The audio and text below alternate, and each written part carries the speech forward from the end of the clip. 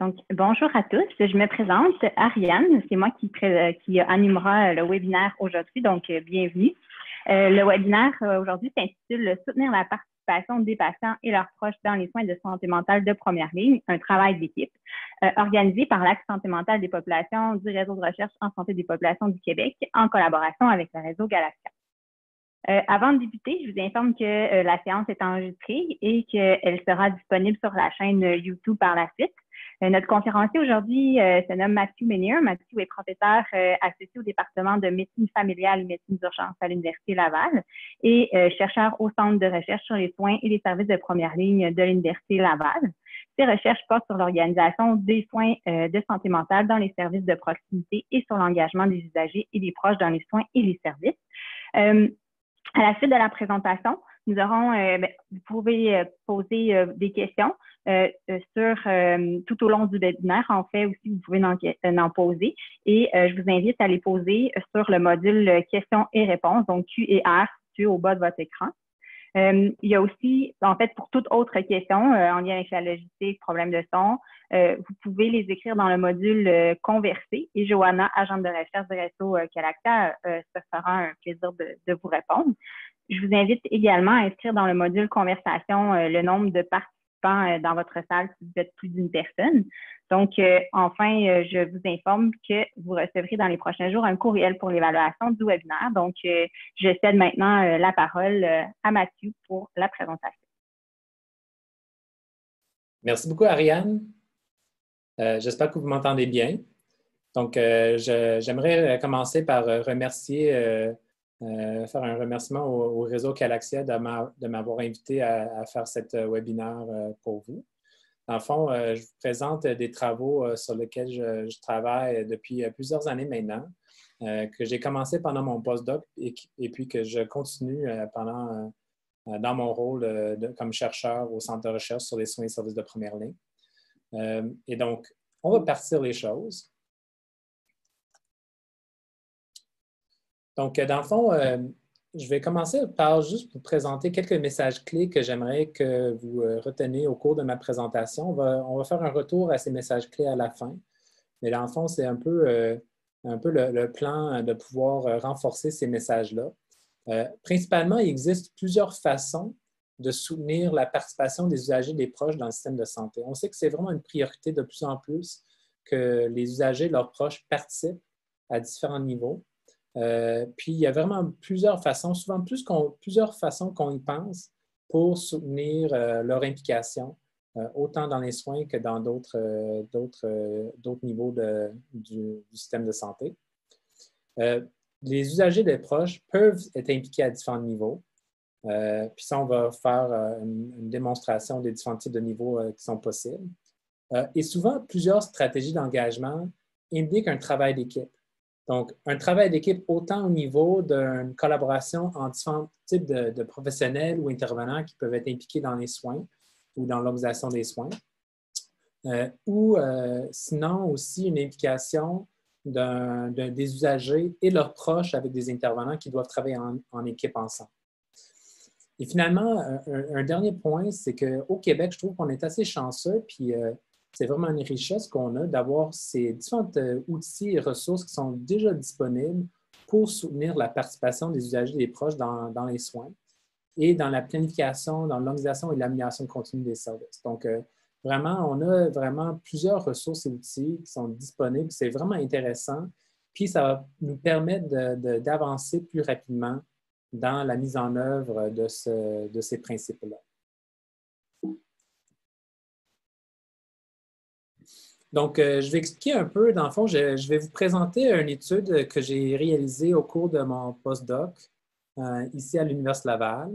Puis, je vais décrire un peu l'histoire derrière cette étude-là, puis pourquoi on s'est intéressé aux soins en collaboration, à l'implication des usagers et des familles et leurs proches dans leurs soins. Puis, ça commence vraiment par un intérêt à mieux comprendre comment est-ce qu'on peut renforcer les soins de santé mentale dans les services de proximité, dans les services de première ligne. Puis, vraiment, on s'intéresse à ça parce que la majorité des personnes qui consultent, qui ont des difficultés de santé mentale, et qui consultent pour avoir de l'aide. Ils consultent dans les soins de proximité. Ils consultent dans les soins de première ligne. Ils vont surtout voir des médecins de famille. Je vous présente ici un graphique issu d'un rapport de l'Institut de la statistique du Québec, une enquête sur la santé mentale des Québécois, où on montre que le type de professionnel qui est le plus consulté pour des raisons de santé mentale, c'est les médecins de famille.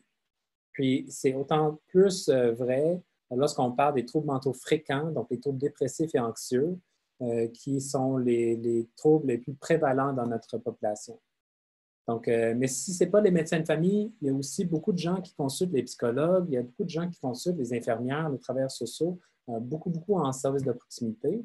Puis, il y a beaucoup moins de personnes qui vont consulter des services plus spécialisés, soit en psychiatrie ou qui vont être admis à l'hôpital. Donc, vraiment, il y a les soins primaires, puis les soins de proximité.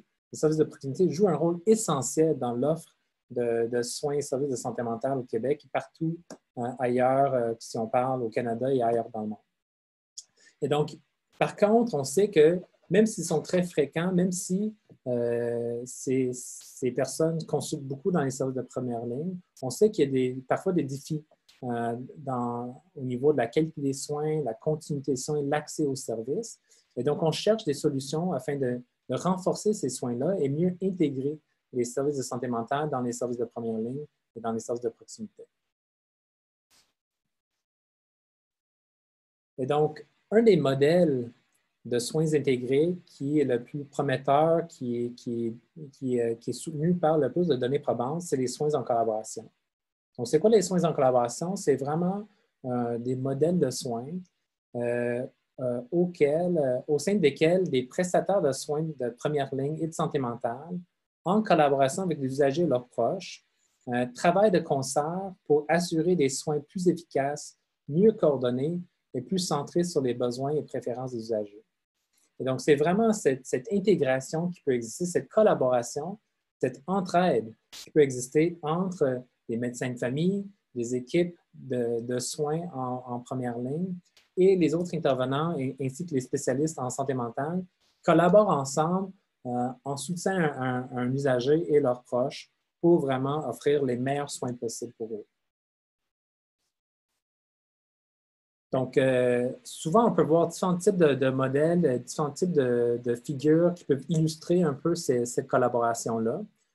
Mais ce qui est un peu une particularité de ce modèle, c'est un nouveau rôle, surtout dans les interventions qui ont été évaluées plus rigoureusement avec des études scientifiques. On voit un nouveau rôle en termes de gestionnaire de cas qui existe dans ce modèle-là. Donc, un professionnel qui est en appui au médecin de famille, qui fait la liaison entre le médecin, l'usager, les autres membres de l'équipe, puis aussi les services plus spécialisés, les professionnels comme les psychiatres. Donc, ce gestionnaire de cas est là vraiment pour assurer une continuité de soins, assurer une bonne communication entre les différents partenaires et pouvoir offrir certains types de soins. Par exemple, rendre plus accessible la psychothérapie, soutenir l'autogestion des soins, et ainsi de suite. Donc, c'est vraiment axé autour de ce modèle-là est beaucoup axé autour de la collaboration et l'introduction de certains professionnels qui ont un nouveau rôle à jouer afin de soutenir des bonnes pratiques pour les soins de santé mentale.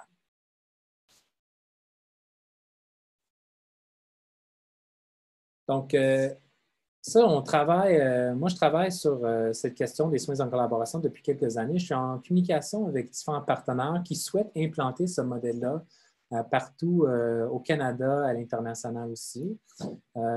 Et on se questionne sur différents défis d'implantation, puis notamment à quel point les soins en collaboration sont réellement centrés sur les besoins, sur les préférences des usagers et leurs proches.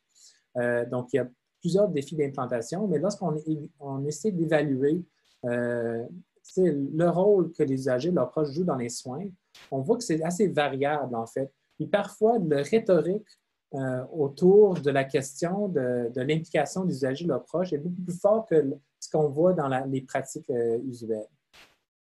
Et donc, là, je tire quelques extraits d'articles de certains leaders au Canada, Nick Cates, par exemple, qui parlent on ne fait pas assez pour impliquer les usagers dans la gestion de leurs propres soins et dans la planification et la mise en œuvre des soins de collaboration en santé mentale.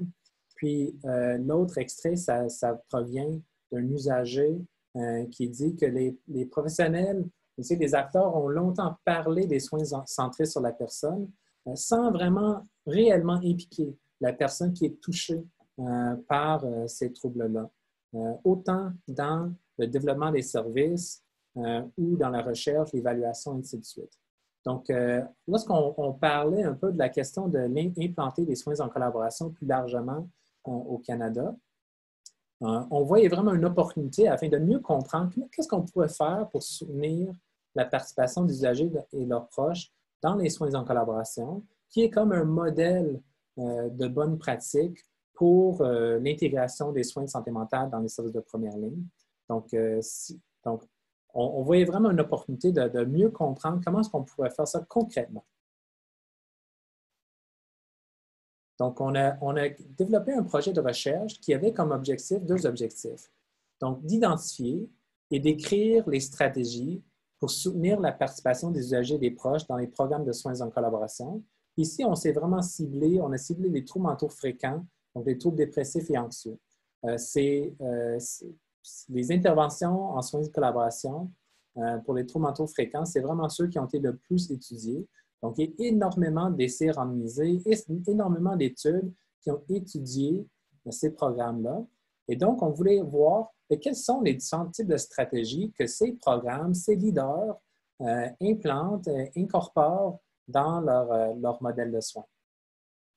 Puis, dans un deuxième temps, on voulait savoir comment est-ce que les différents types de professionnels ou acteurs peuvent s'impliquer dans ce processus d'engagement des usagers des proches. Donc, qui sont les partenaires clés? À quel moment est-ce qu'un médecin de famille est impliqué? À quel moment est-ce que c'est le gestionnaire de cas, les psychiatres, et ainsi de suite? Voir un peu cette dynamique d'équipe au niveau de l'engagement des usagers de leurs proches. Donc, ce qu'on a décidé de faire, c'est faire une revue systématique. Puis, la revue systématique, ça se découpe dans 4 étapes. Dans le fond, on n'est pas parti de rien. En fait, en 2012, il y a une revue Cochrane qui a été publiée de très haut niveau, de très bonne qualité, sur les programmes de soins de collaboration pour les troubles dépressifs et anxieux. Et donc, on s'est dit, c'est excellent. On a comme déjà une liste, un nombre de programmes qui sont déjà identifiés. Ce qu'il faudrait faire, c'est mettre à jour cette revue-là afin de vraiment avoir le plus grand nombre de programmes possible, puis avoir tous les programmes les plus récents, parce qu'on sait aussi que de plus en plus, on parle de l'implication des usagers dans leurs soins. Et donc, possiblement, les programmes les plus récents auraient des innovations au niveau des différentes stratégies employées.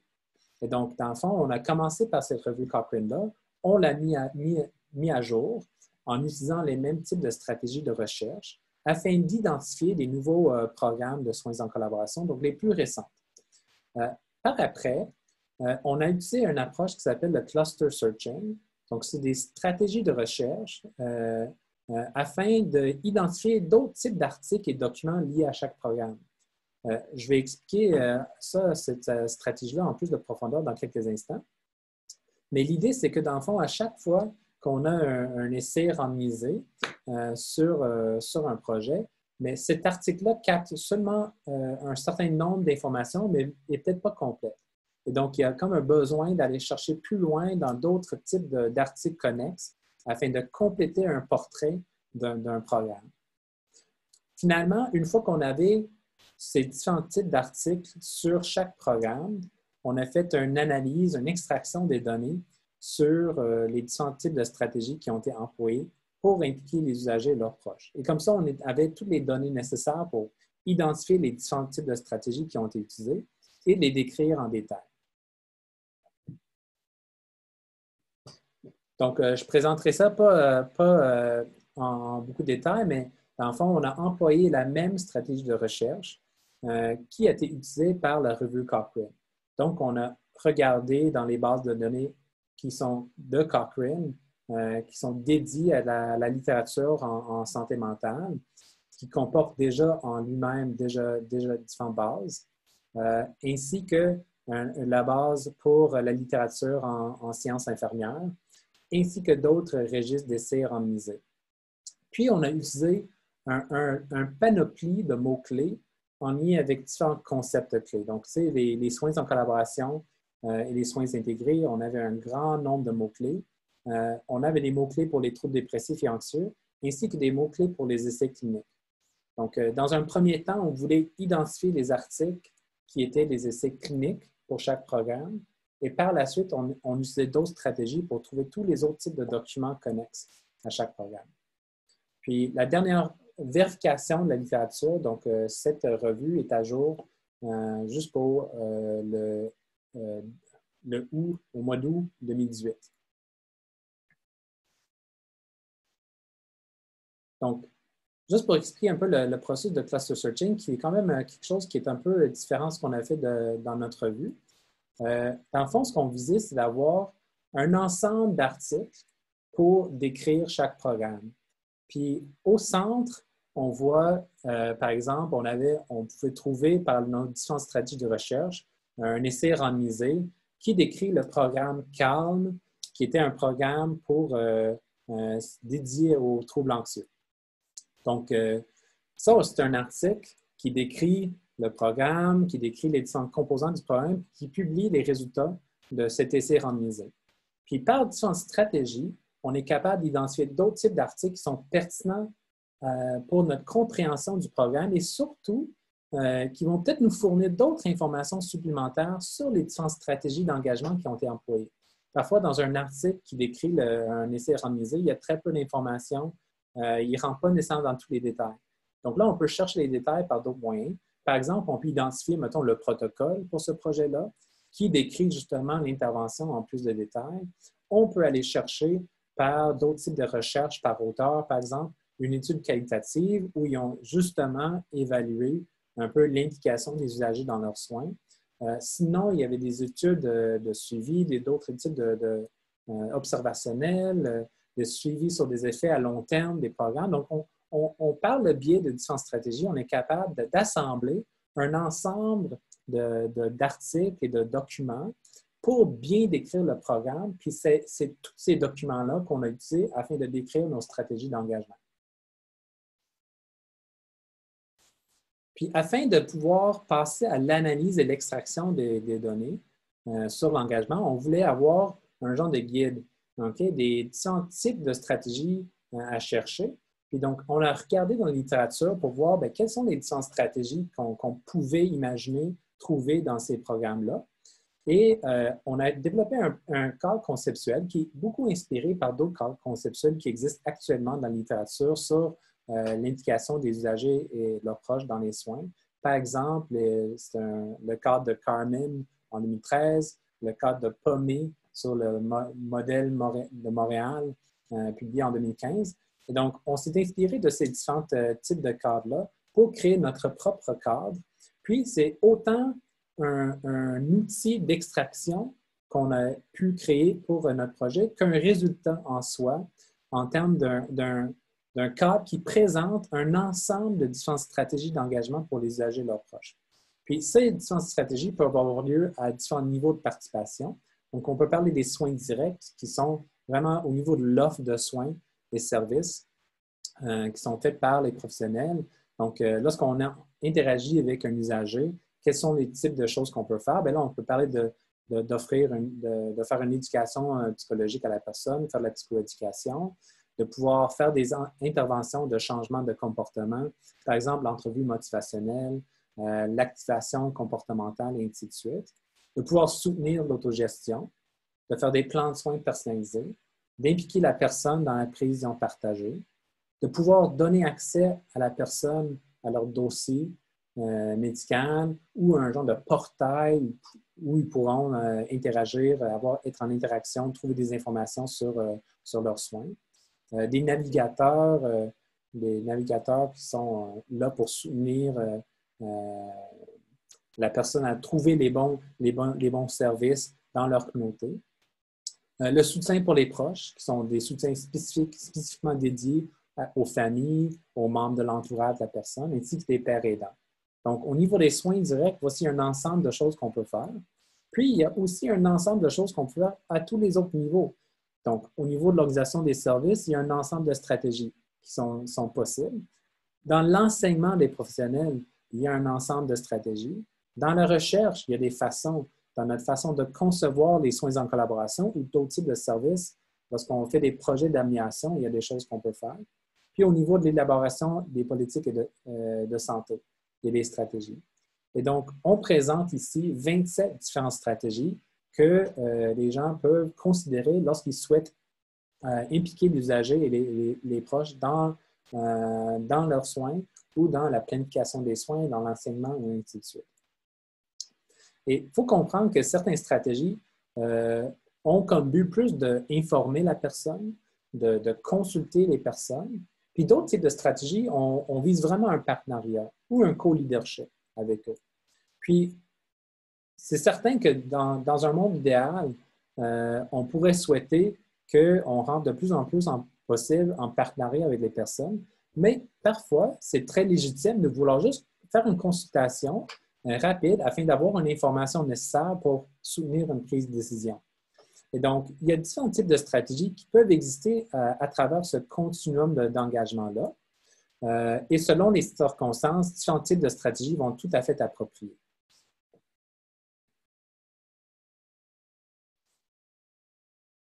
Donc, on a utilisé ce cadre conceptuel-là pour guider notre analyse. On a identifié tous les différents types de programmes de soins en collaboration. Puis, par la suite, on a fait cette extraction d'informations sur les différents types de stratégies, puis sur les détails de ces différents types de stratégies-là. Et donc, qu'est-ce que ça a donné? Bien, ce qu'on avait fait, c'est qu'on a identifié 148 programmes.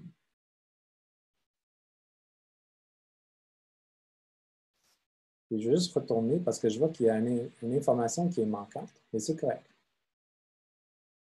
Donc, on avait, dans la première revue Cochrane, il y avait 79 programmes qui ont été identifiés.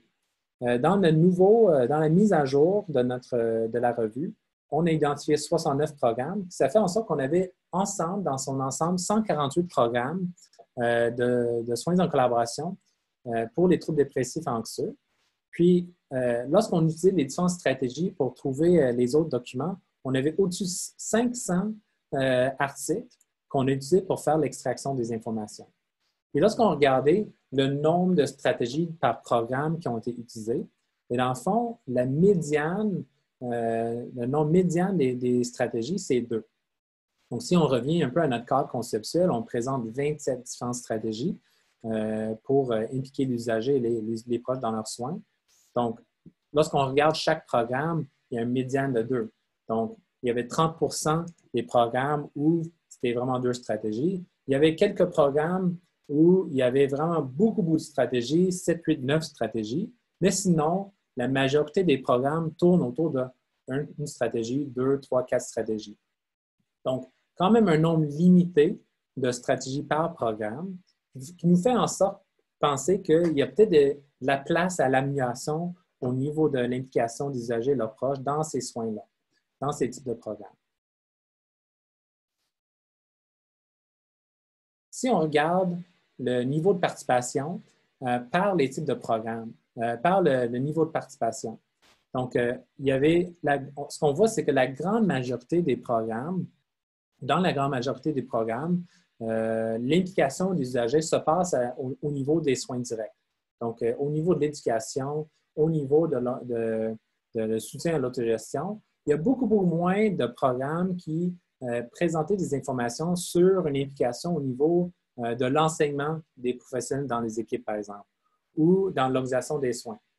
Donc, il y avait 10 études, 10 programmes où il y avait une implication des usagers et leurs proches dans la recherche. Parfois, cette implication était au niveau, c'est une consultation afin de savoir si l'intervention était quelque chose qui leur convenait ou pas. Mais parfois, dans cinq cas, il y avait vraiment un effort pour mieux les impliquer dans l'équipe de recherche ou comme dans un groupe aviseur afin d'influencer l'orientation de la recherche lui-même. Donc, vraiment une plus grande implication au niveau d'un partenariat avec ces usagers-là. Ce n'est pas si surprenant, par exemple, que dans le fond, on ne voit aucune stratégie au niveau de l'élaboration des politiques parce qu'on parle de projets de recherche, d'études qui ont été faites pour évaluer les effets de certains types de services. Et donc, ce n'est pas surprenant qu'il n'y ait pas d'implication des usagers à ce niveau-là. Puis même qu'au niveau de l'organisation des services, mais ça aussi, c'est peut-être pas si surprenant parce qu'on est dans un projet de recherche. Mais si on combine ensemble l'organisation des services et la recherche et l'enseignement, on a quand même assez peu d'implication des usagers à d'autres niveaux autres que juste les soins directs. Donc, ça laisse la place à penser qu'il y a peut-être une possibilité que les usagers, leurs proches, soient beaucoup plus impliqués à co-construire ces types de programmes-là et services et voir un peu à quel point les interventions qui vont être offertes aux usagers seront plus centrées sur leurs besoins, centrées sur les besoins des proches.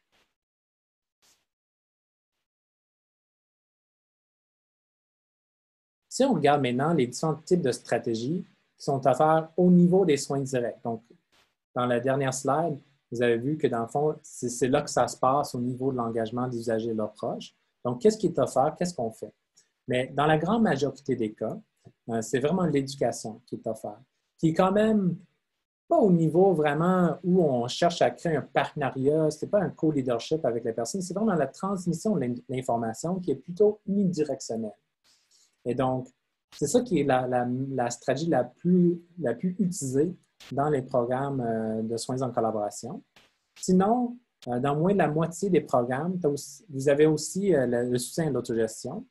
Ce n'est pas surprenant que ce soit la deuxième stratégie la plus utilisée, parce que si on pense aux origines du modèle de soins en collaboration, on a beaucoup de programmes qui sont inspirés par exemple, des modèles de soins de prévention et gestion des maladies chroniques, donc le modèle de Wagner, où il y a un composant très clair de soutenir l'autogestion de la personne.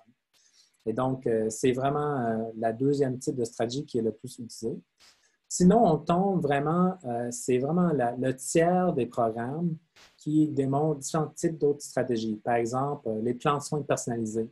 Donc, on peut penser que développer un plan de soins pour la personne serait quelque chose qui est comme qu'on devrait tous faire à chaque fois qu'il y a une personne qui présente, mais c'est présent dans à peu près le tiers des programmes. Faire la prison partagée, c'est quand même un élément essentiel pour les soins centrés sur la personne et il est présent juste dans le quart des programmes. Le soutien des familles, très peu présent dans les différents programmes, ainsi que les services par les pairs aidants et les navigateurs, ainsi de suite. Donc, vraiment, on voit que, dans le fond, la majorité du temps, on offre une éducation à l'usager, puis parfois aussi à leurs proches. Mais sinon, il y a vraiment la place à une plus grande diversité de stratégies pour soutenir la participation des usagers. Là, si on essaie de répondre à la question comment s'impliquent les autres professionnels, les différents types de professionnels dans les soins en collaboration et dans l'engagement des usagers et leurs proches. Donc, si on regarde les différents types de programmes, ce qu'on voit, c'est que c'est surtout les médecins de famille qui sont impliqués, ce qui est tout à fait normal. Puis les psychiatres aussi qui sont très présents dans ces équipes-là. Sinon, tu as d'autres types de professionnels qui s'impliquent souvent à titre de gestionnaire de cas. Donc, ça peut être les infirmières, ça peut être des psychologues, des travailleurs sociaux, ainsi que d'autres types d'intervenants en santé mentale. Et même parfois, on a des pharmaciens qui sont impliqués. Assez peu souvent, il y a d'autres types de professionnels comme des infirmières praticiennes spécialisées. Mais dans son ensemble, on a un certain nombre de différents types de professionnels qui s'impliquent. Donc, à quel point ils sont impliqués dans les soins en collaboration, dans l'engagement des usagers et leurs proches. Donc, je vais résumer ces résultats assez rapidement. Au niveau des médecins de famille et des psychiatres, ils sont très impliqués dans les plans de soins, dans le développement des plans de soins, donc lorsqu'on le fait, le développement des plans de soins et la prise en partagé. Souvent, c'est eux qui vont être en interaction avec l'usager pour développer le plan ou évaluer les différentes options, souvent de traitement, qui peuvent être offertes à la personne et prendre une décision avec eux. Par contre, ils sont très peu impliqués dans toutes les autres stratégies, y compris l'éducation. Lorsqu'on regardait un peu, est-ce qu'ils sont impliqués à donner les informations, faire de l'éducation auprès des usagers, c'est souvent même pas eux qui le font, c'est vraiment les gestionnaires de cas qui le font.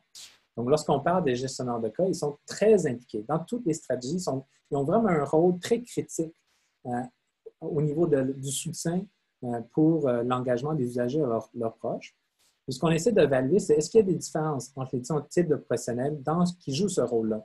Puis, ce qu'on voit ici, il y avait assez peu de différence entre, mettons, que c'était une infirmière qui jouait le rôle de gestionnaire de cas, ou un psychologue, ou un travailleur social. Peu importe, ils avaient pas mal tous un peu les mêmes rôles au niveau de l'engagement des usagers. Ils soutenaient l'autogestion, ils participaient à la prise de décisions partagées, ils soutenaient le processus de développer un plan de soins. Parfois, ils étaient impliqués à offrir des services de soutien par les pairs, puis ils étaient impliqués aussi. Et donc, ils ont un rôle très important à jouer pour soutenir l'engagement des usagers. Donc, là, le projet est toujours en cours, mais on est capable de sortir ces résultats-là. Puis, ça nous fait réfléchir sur quelles sont les prochaines étapes. Là, on voit qu'il y a comme un potentiel de pouvoir améliorer la participation des usagers et leurs proches dans les soins. Il semble avoir certaines lacunes au niveau de l'engagement si on regarde à travers tous les différents programmes de soins en collaboration. Il y a vraiment un potentiel d'améliorer l'implication des usagers par différents moyens. Et donc, on cherche à mieux comprendre qu'est-ce qu'on peut faire pour passer à la prochaine étape et vraiment soutenir la participation des usagers dans différents contextes, y compris le contexte québécois. Et c'est là que je veux ramener cette idée qu'on est assez chanceux au Québec pour avoir différents types d'outils, différentes ressources, beaucoup de gens qui s'intéressent à cette question-là, qui nous fournissent beaucoup de matériel, il y a beaucoup d'opportunités pour pouvoir faire cette démarche-là. Puis, je vous rappelle aussi qu'on est dans un contexte qui est assez favorable depuis une dizaine d'années au moins. Donc, si on parle du plan d'action en santé mentale, que ce soit le premier plan d'action qui était lancé en 2005 ou le plus récent plan d'action 2015-2020, on met de l'avant le rôle central de l'usager et leurs proches dans les soins, dans l'organisation des soins. Et donc, un petit extrait ici qui dit le plan d'action en santé mentale réitère l'importance d'assurer la primauté de la personne par le respect de sa personnalité, de sa façon de vivre, de ses différences et des liens qu'elle entretient avec son environnement. Puis ça implique de tenir compte du point de vue et des capacités de la personne utilisatrice de service, tout en favorisant sa participation et celle de son entourage. Donc, c'est vraiment mis de l'avant par le ministère, dans ses plans d'action, que les usagers et leurs proches ont un rôle central à jouer dans leurs soins et dans l'organisation des soins. Puis, ce contexte-là, on voit partout au niveau du ministère et d'autres organisations. Donc, il y a eu des guides du ministère qui ont sorti sur la participation des personnes utilisatrices et des membres de l'entourage dans la planification et l'organisation des services. Il y a un cadre de référence en partenariat avec les usagers qui a été publié également. Lorsqu'on regarde dans d'autres domaines, il y a le plan d'action interministériel en dépendance qui met de l'avant le rôle central des usagers. Il y a le programme PIPEP pour les premiers épisodes psychotiques qui parle de l'importance de travailler activement sur l'engagement de la personne et de l'impliquer dans son plan d'intervention. Les programmes Air ouverte pour les jeunes de 12 à 25 ans qui cherchent activement à les impliquer dans la conception de ces services-là. Et maintenant, plus récemment, on a le programme québécois pour les troubles mentaux qui touche un peu mon projet particulièrement parce que ça touche les troubles fréquents au Québec. Et donc, toutes ces différentes orientations, tous ces différents projets d'envergure démontrent à quel point vraiment on est dans un contexte favorable pour l'implication des usagers et leurs proches. Je vais m'attarder pour quelques instants sur le programme québécois pour les troubles mentaux, parce que c'est quelque chose qui va beaucoup influencer les services et l'organisation des soins justement pour les services de première ligne, et donc qui va venir renforcer les soins de santé mentale dans ce contexte-là. Donc, le programme québécois pour les troubles mentaux, c'est un nouveau programme d'accès et d'accompagnement au Québec qui s'inspire beaucoup du programme IAT qui provient de l'Angleterre, donc pour améliorer l'accès à la psychothérapie. Donc, un programme qui a vraiment fait ses preuves en termes de pouvoir améliorer l'accès aux soins de santé mentale en Angleterre, puis qui a démontré vraiment un coût-efficacité intéressant, des résultats intéressants. Le PQPTM, ça vise à soutenir l'adoption de diverses interventions reconnues pour leur efficacité et d'améliorer l'accès aux services pour les troubles mentaux fréquents. Il est basé sur le modèle de soins par étapes, donc ça, c'est un des piliers du programme. Puis, il cherche à influencer l'organisation des soins par le biais de diffusion de différents guides de pratique cliniques.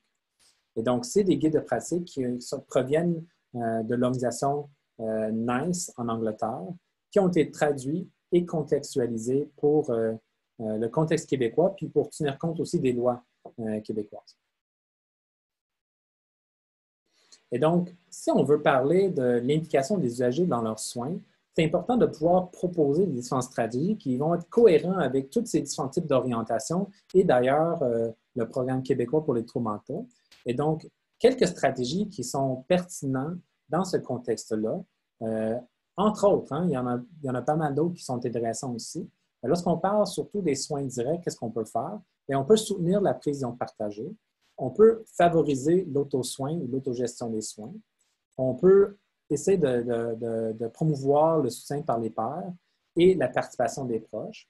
Puis, à un niveau plus organisationnel, on peut réfléchir à comment les usagers et leurs proches puissent participer à l'élaboration des trajectoires de soins et services.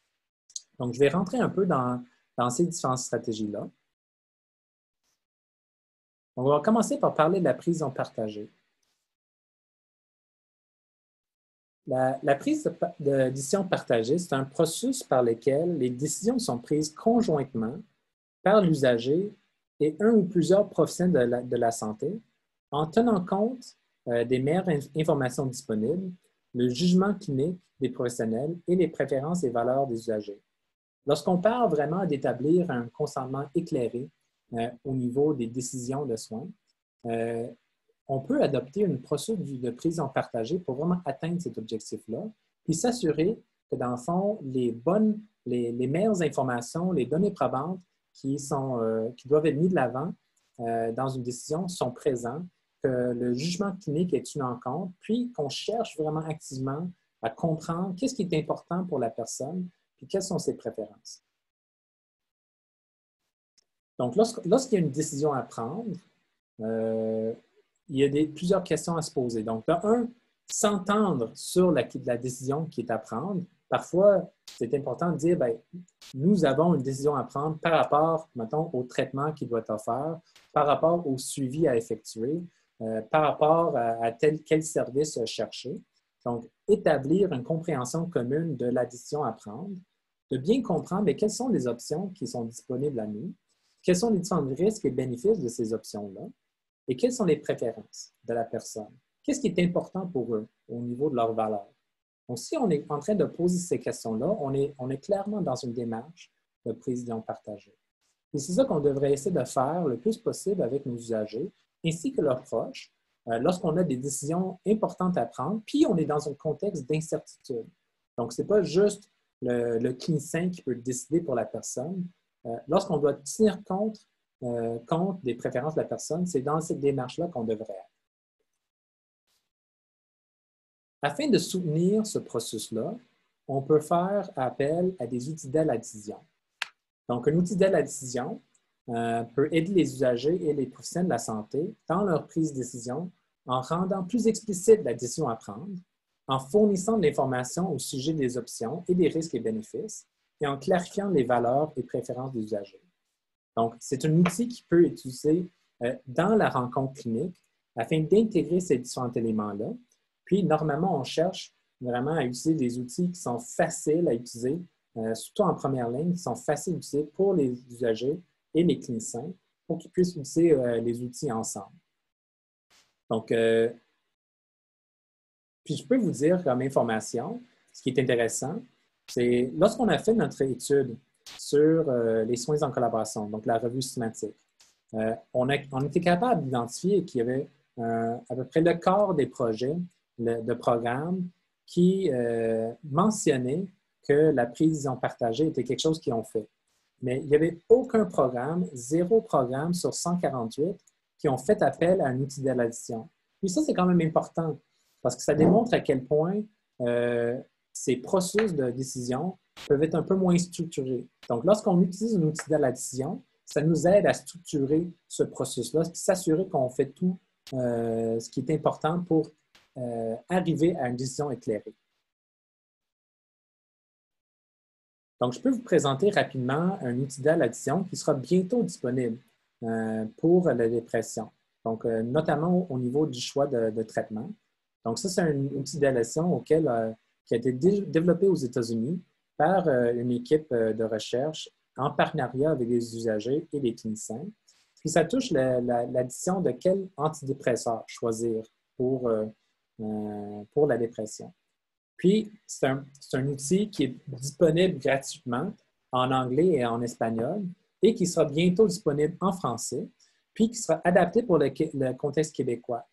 Puis en plus, cet outil-là, on est en train de travailler là-dessus. Puis, c'est un outil qui va pouvoir intégrer aussi le volet non pharmacologique.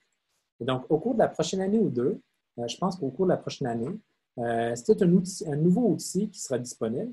Puis, ça marche comme des cartes. On tient des cartes dans nos mains, puis ça nous permet d'avoir cette conversation-là avec l'usager. Puis, ça nous permet aussi de pouvoir intégrer différentes données probantes au niveau des différents éléments qu'on doit considérer. Est-ce que c'est le changement de poids? Est-ce que c'est le coût? C'est le sommeil? En fonction des différents éléments, différentes considérations, on peut cibler différents médicaments. Donc, c'est assez intéressant aussi, puis c'est vraiment créé pour l'utilisation dans le contexte clinique, dans la consultation clinique. Ce qui est pertinent à considérer aussi, que cette approche de prévision partagée, elle peut être interpersonnelle. Donc, autant que c'est important d'avoir des conversations un à un avec notre usager, il y a certaines décisions qui vont mieux être prises en partenariat avec l'équipe de l'usager, donc avec ses proches, ainsi que l'équipe clinique. Donc, souvent, par exemple, on donne l'exemple de mettre fin à un traitement qui était appliqué.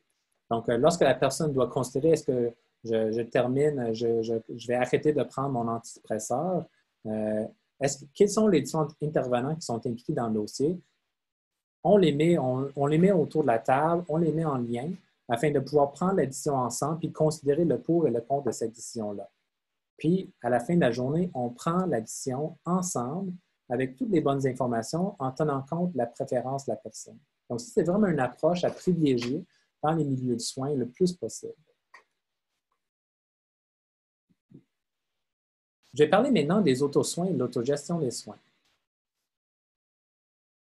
Donc, ça aussi, lorsqu'on parle du programme québécois pour les troubles mentaux, c'est assez mis de l'avant. Et c'est mis de l'avant parce qu'on veut inciter les gens à réfléchir à d'autres types de stratégies autres que juste des traitements médicamenteux pour offrir à nos usagers. Donc, lorsqu'on parle de l'autosoin, la traduction en anglais, on parle de self-help. Donc, c'est quoi? C'est vraiment un traitement psychologique qui est auto-administré, qui vise la réduction des symptômes. Donc, c'est vraiment un traitement. Puis, ça repose typiquement sur les principes de la thérapie cognitivo-comportementale. Donc, c'est quelque chose qu'on peut offrir à une personne individuellement ou en groupe. Puis, on peut parler aussi des stratégies qui sont non dirigées, qui sont principalement un genre de bibliothérapie, ou des stratégies qui sont dirigées, donc avec l'aide de l'intervenant, qui est formé et qui va aider la personne à approprier certains matériels, que ce soit des livres ou des manuels, et qui va vraiment soutenir la personne dans sa propre démarche d'autotraitement. Lorsqu'on parle de l'autogestion des soins, donc c'est un peu différent Dans le fond, on parle de tous les différents types d'actions qu'une personne peut prendre pour prendre du pouvoir sur sa santé par l'adoption de comportements qui vont diminuer les symptômes, contribuer à la prévention des rechutes et améliorer son santé et son bien-être au quotidien. On parle vraiment de développement de compétences qui vont toucher différentes sphères de la vie de la personne. On peut parler d'apprendre, lorsqu'on est dans un contexte d'une maladie plus à long terme, apprendre à gérer les aspects plus de médicaments. On peut parler d'avoir la gestion des aspects plus émotionnels, de vivre avec une maladie chronique, un trouble mental plus à long terme. Puis tout le choc à notre identité que ça peut créer. Puis la gestion aussi des aspects relationnels, autant dans notre sphère à la maison, avec nos proches, nos collègues au travail, qu'avec des équipes cliniques avec qui on va travailler. Donc, si on pense au programme québécois qui préconise une approche de soins par étapes, on peut placer les autosoins dans certaines étapes de ce modèle-là. Mais la question de l'autogestion, c'est quelque chose qui devrait apparaître vraiment partout. C'est peu importe si la personne commence à sentir malade, il y a des symptômes ou la personne a un trouble spécifique, mais il y a des choses qu'on peut faire pour prendre en soin.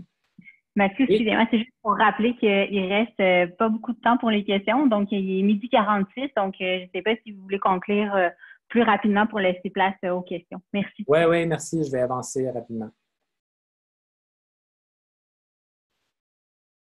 Donc, rapidement, dans le fond, ce que je voulais faire dans ma présentation, vous présenter quelques outils de ressources qui sont disponibles actuellement au niveau de l'autogestion. Donc, par exemple, il y a l'outil Aller mieux à ma façon qui est disponible si vous allez sur le site web pour Aller mieux à ma façon. Là, on vous propose des outils que les usagers peuvent utiliser pour soutenir leur autogestion. Puis, c'est vraiment des démarches super intéressantes afin que les gens prennent conscience des moyens qu'ils utilisent pour sentir mieux, puis de mettre en place ces moyens-là, puis de pouvoir les suivre l'évolution de leurs moyens. C'est quelque chose qui a été utilisé au Québec. Ça a été un projet qui a été piloté au Québec dans 3 sites en milieu clinique, puis qui a donné des résultats très intéressants, un outil qui est apprécié, facile à utiliser, puis qui améliore aussi la communication entre les différents partenaires. On peut aussi mettre l'avant le projet Baromètre. Le projet Baromètre, dans le fond, c'est un outil numérique interactif qui met en lumière les forces et les progrès de la personne dans sa communauté. Puis dans le fond, ce qui est intéressant, c'est que la personne peut aller sur le site web, puis ça affiche différentes graphiques pour permettre à la personne à mieux comprendre un peu leur situation globale, puis pouvoir suivre cette situation à travers le temps. Puis, il y a plein d'outils aussi qui permettent à la personne à développer un plan d'action axé sur les différents résultats de ce site. Donc, ça aussi, c'est gratuit, c'est disponible actuellement. C'est vraiment intéressant à proposer à nos usagers. Sinon, il y a des choses qu'on peut faire, des services en groupe qui peuvent être offerts.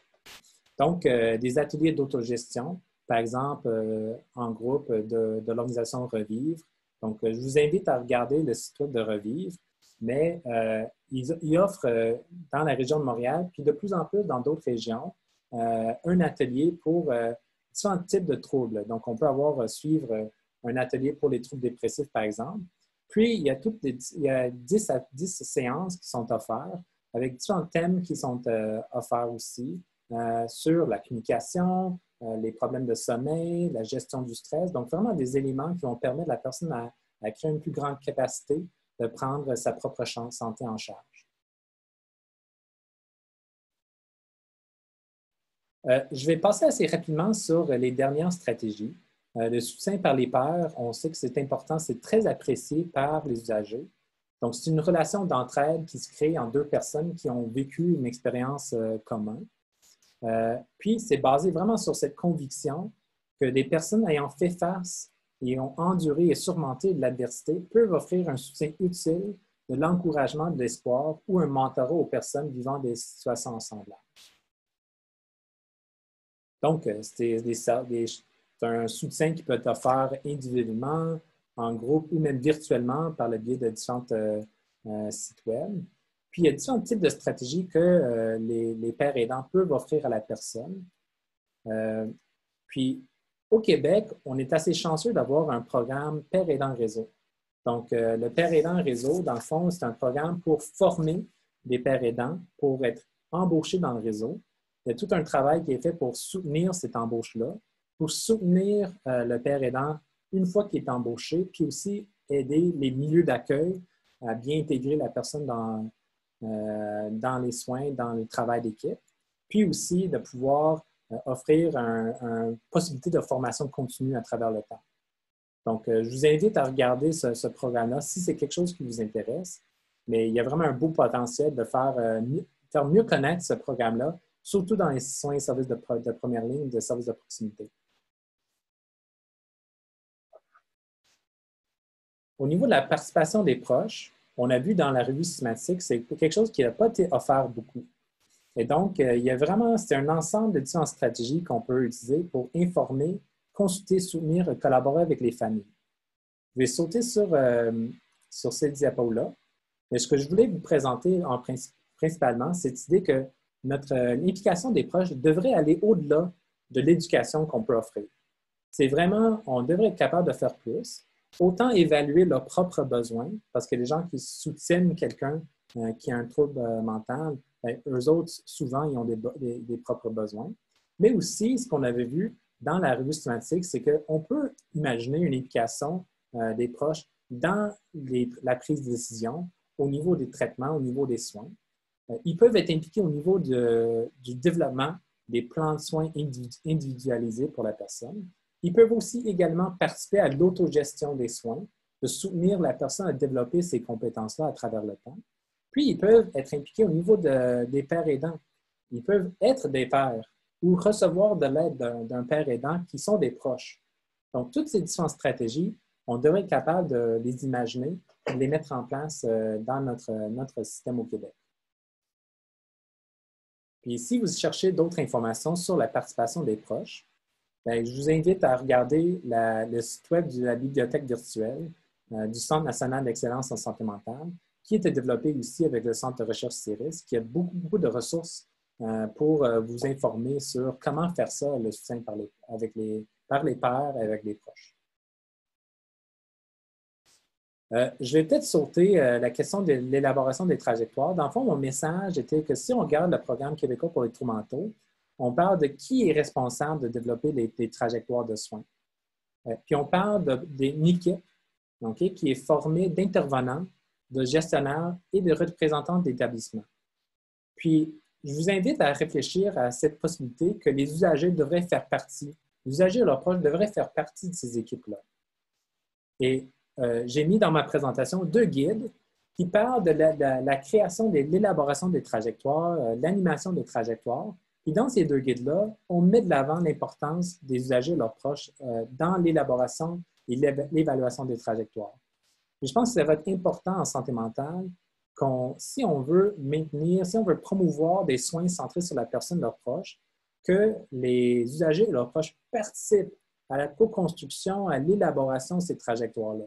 C'est comme ça, d'ailleurs, qu'on va pouvoir vraiment assurer qu'il n'y a pas juste une rhétorique au niveau des soins centrés sur la personne, mais qu'il y a vraiment une application, une implantation de ces approches-là dans les soins au quotidien. Donc, c'est un retour sur les messages clés de ma présentation. Je pense que je vais arrêter parce qu'il reste peu de temps. Je suis désolé que ça a pris un peu plus de temps. Donc, je vais maintenant prendre vos questions. Puis, si je ne suis pas capable de répondre à vos questions aujourd'hui, mais je vous répondrai par courriel sans problème. Merci beaucoup. Merci beaucoup, Mathieu, pour la présentation très intéressante avec plein de super ressources. On a 2 questions. Donc, la première, Mme Louise Fourvier se demande est-ce qu'on a une idée de l'implantation actuelle des différentes stratégies de participation des usagers au Québec? Autrement dit, est-ce qu'on a un baseline qui nous permettrait d'évaluer plus tard l'amélioration sur ce plan? À ma connaissance, non. À ma connaissance, dans le fond, on n'a pas vraiment de baseline. Il n'y a pas vraiment eu des études. En fait, il n'y a pas vraiment eu d'études où on a vraiment mis ça de l'avant. Moi, je me souviens qu'on avait, dans le projet de Louise, de Dialogue, on avait fait une collecte d'informations sur quelques informations en lien avec l'implication des usagers. Mais on n'a jamais vraiment regardé systématiquement les différents types de stratégies puis à quel point ils sont implantés.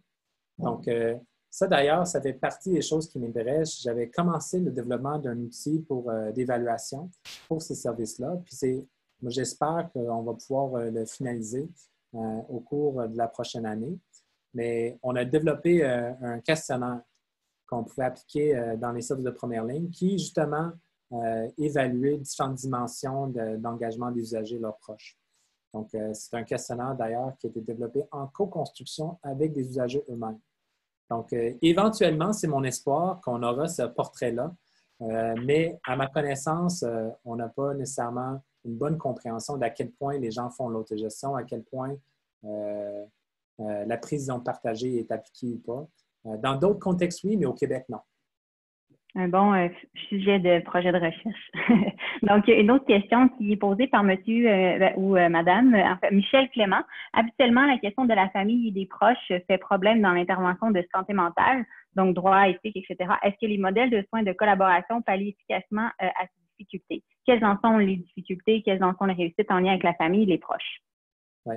Je vous dirais que dans la littérature, Michel, ce qu'on voit principalement, c'est vraiment une implication des usagers, des proches, en termes de... C'est vraiment un travail pour les informer sur les différents types de soins qu'ils vont offrir à leurs proches, au niveau aussi des différents traitements qui peuvent être offerts. Il y a assez peu d'informations sur comment les impliquer par d'autres manières. On est vraiment dans quelques exemples ici et là où il y avait une mini implication d'une proche, mettons, dans le développement d'un plan de soins. C'est comme mentionné en passager sans vraiment expliquer en détail comment ça s'est fait en réalité. On sait qu'il y a des difficultés au niveau de quelques difficultés qui peuvent exister au niveau de la confidentialité et ainsi de suite. Mais normalement, lorsqu'un usager donne son consentement qu'un proche peut être impliqué dans ses soins, mais c'est là que, dans le fond, on peut identifier des modalités pour que cette partenariat se prenne forme. Et donc, ça peut prendre forme par le biais de rencontres directement avec les proches, parfois avec l'usager, parfois sans l'usager.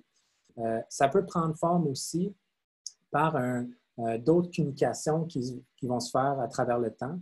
Normalement, dans les soins de collaboration, la présence du gestionnaire de cas facilite la communication.